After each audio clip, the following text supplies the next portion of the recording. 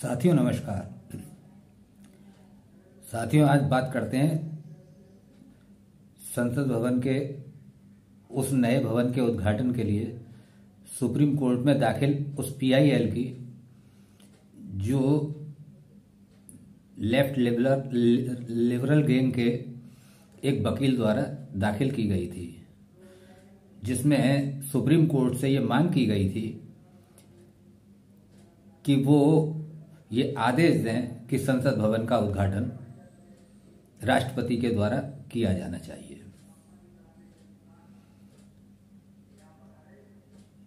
इस याचिका की सुनवाई दो जजों की बेंच, सुप्रीम कोर्ट की दो जजों की बेंच, ऑनरेबल जस्टिस नरसिम्हा एवं जस्टिस माहेश्वरी की बेंच में हुई। बेंच ने उस गैंग की हवा निकाल दी।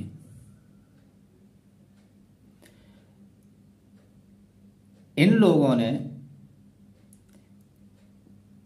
ये दिया कि आर्टिकल 79 में ये दिया हुआ है कि राष्ट्रपति ही संवैधानिक मालिक होता है।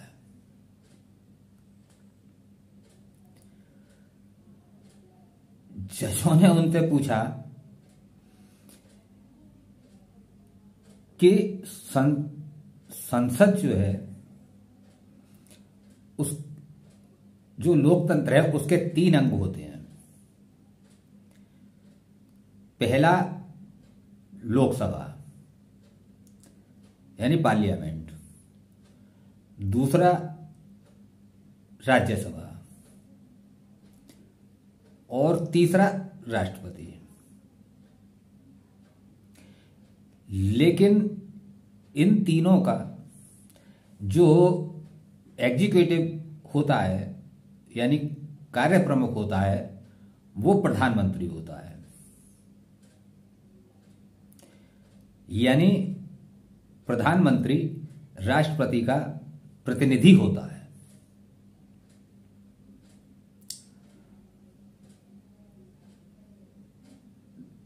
बेंच ने यह पूछा याचिकाकर्ता से कि आप ये बताइए कि आर्टिकल 79 में ये कहां लिखा हुआ है कि इसका उद्घाटन राष्ट्रपति करेंगे या प्रधानमंत्री करेंगे या कौन करेगा।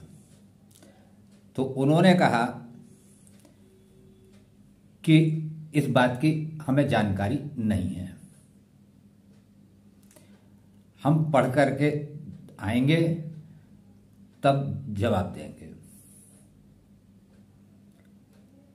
सुप्रीम कोर्ट ने कहा कि आप तो पढ़ करके आएंगे, जवाब देंगे, हमने सब पढ़ा है, हम सब जानते हैं।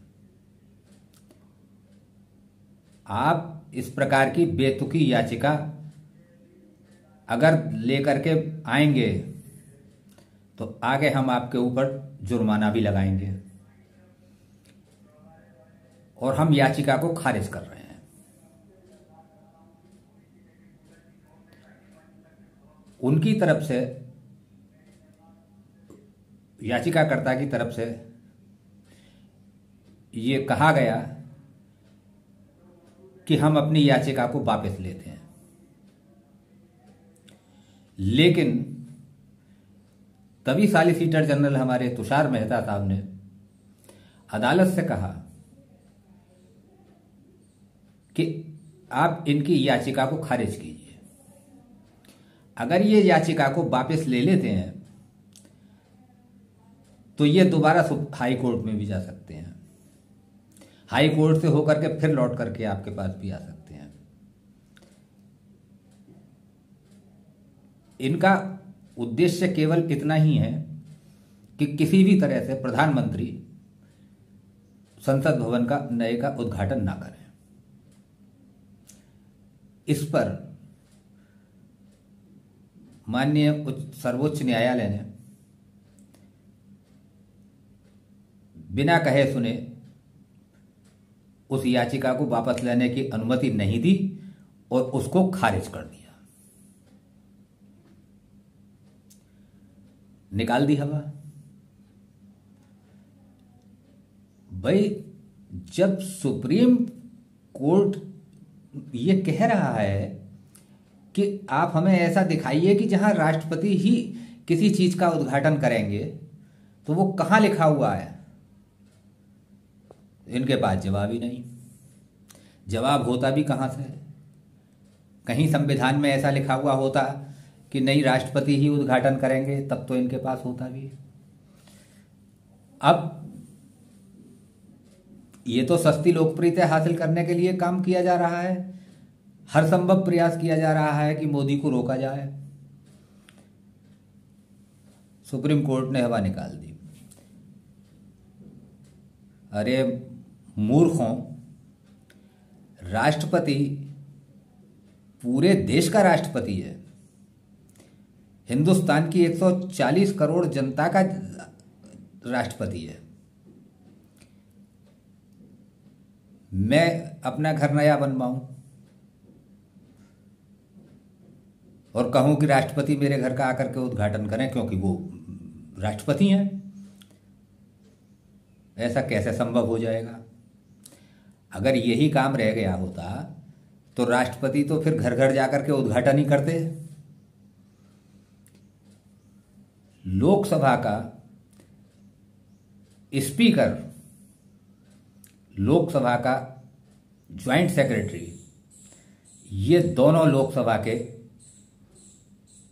मालिक होते हैं और उन दोनों ने निर्णय लिया कि इसका उद्घाटन प्रधानमंत्री से कराया जाएगा। उसमें किंतु परंतु का कोई प्रश्न पैदा ही नहीं होता है। निकल गई हवा, हो गए खामोश।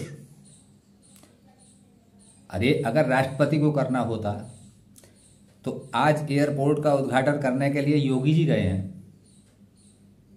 वहां भी ये प्रश्न उठता कि एयरपोर्ट का उद्घाटन भी राष्ट्रपति जी करेंगे।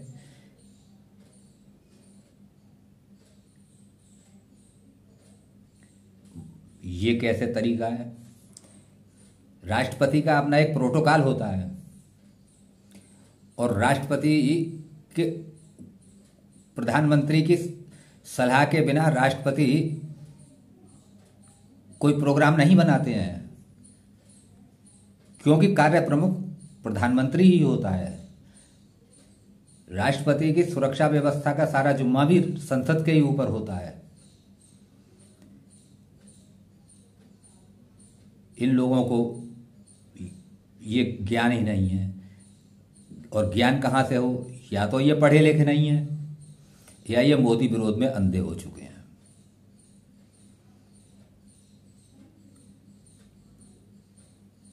इन लोगों ने, मैंने बार बार कहा था और आज भी कह रहा हूं कि कांग्रेस कभी नहीं चाहेगी कि विरोधी पार्टियां, चाहे वो क्षेत्रीय दल हों, राष्ट्रीय पार्टी तो कोई अब बची नहीं है कांग्रेस के अलावा, क्षेत्रीय पार्टियां जितना डैमेज होंगी उतना कांग्रेस को फायदा होगा। और ये क्षेत्रीय दल इस बात को समझ नहीं रहे हैं। अब जितनी जल्दी ये लोग समझ जाएंगे, कांग्रेस से पीछा छुड़ा लेंगे, उतना ही इनका फायदा है। इनको सोचना चाहिए कि कांग्रेस कभी इनका भला नहीं चाहेगी। कांग्रेस अपनी स्थिति मजबूत करेगी और इनको डुबाएगी। बात बाकी संसद भवन का उद्घाटन करने के लिए ओम बिरला जी ने और ज्वाइंट सेक्रेटरी जो संसद के हैं, उन्होंने प्रधानमंत्री मोदी को निमंत्रण दिया है और प्रधानमंत्री ही निमंत्रण को स्वीकार करके उसका उद्घाटन करेंगे। आज अगर राष्ट्रपति को उद्घाटन का जिम्मा भी दे दिया जाए तो हमारी विदेशों में कितनी बदनामी होगी, इसका अंदाजा इन लेफ्ट लिबरल गैंग को नहीं है। खैर, मैं तो ईश्वर से यही प्रार्थना करूंगा कि जितना हो सके ईश्वर इन्हें जल्दी से जल्दी सद्बुद्धि दे।